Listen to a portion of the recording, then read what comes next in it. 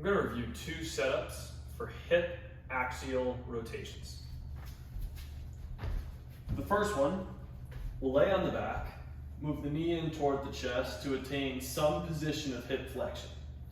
I'm going to point my finger into my knee, which is going to act essentially as an axis point of rotation. What I will do now to accomplish these axial rotations is a windshield wiper-like motion of my leg, like so.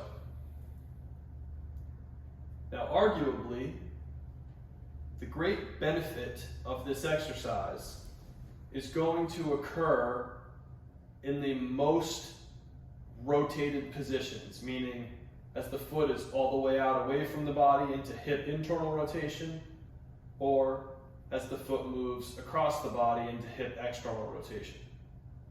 What we want to do is seek to try to control the end of those rotations as much as possible. So I'm going to hold deep here in internal rotation,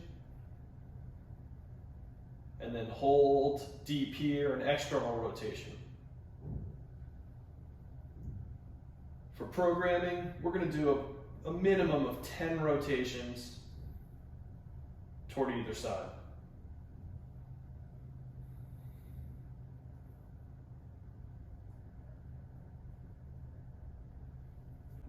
The second potential setup for hip axial rotations will be to involve either a rig or a door frame. A slightly less complex variation will be to lift the knee up into hip flexion here. I'm going to place the inside of the knee against the door frame or the rig, and the axial rotation will be targeting internal rotation to move the foot away from the rig. By so doing, create an internal rotation into that hip. Alternatively, if we were to place the outside of the knee against the rig and then rotate the foot away from the rig, now we'd be targeting external rotation, axial range of motion of the hip.